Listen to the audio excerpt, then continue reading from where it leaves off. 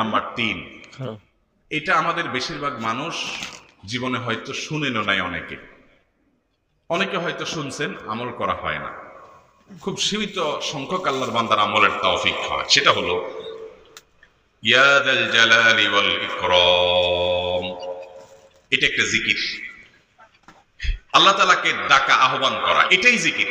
ইয়া যাল জালালি ওয়াল ইকরাম। নবী করিম সাল্লাল্লাহু আলাইহি সাল্লাম বলেছেন, আলিযু বিয়া যাল জালালি ওয়াল ইকরাম। তোমরা ইয়া যাল জালালি ওয়াল ইকরাম এটাকে আঁকড়ে ধরো, এটাকে নিয়মিত করো, বেশি বেশি করে বলতে থাকো এটাকে সব সময় এটাকে মুদাওয়ামাতের সাথে কন্টিনিউয়াসলি এটা বলতে থাকো, ইয়া যাল জালালি ওয়াল ইকরাম। অনেক উলামায়ে কেরাম, মুহাদ্দিসিনে কেরাম ইয়া যাল জালালি ওয়াল ইকরাম কেন নবীজি এত বেশি বলতে বলেছেন, এটার মাধ্যমে আমাদের লাভটা কি, এর ব্যাখ্যা করতে গিয়ে বলেছেন ইয়া যাল জালাল মানে হলো হে মহান বড়ত্বের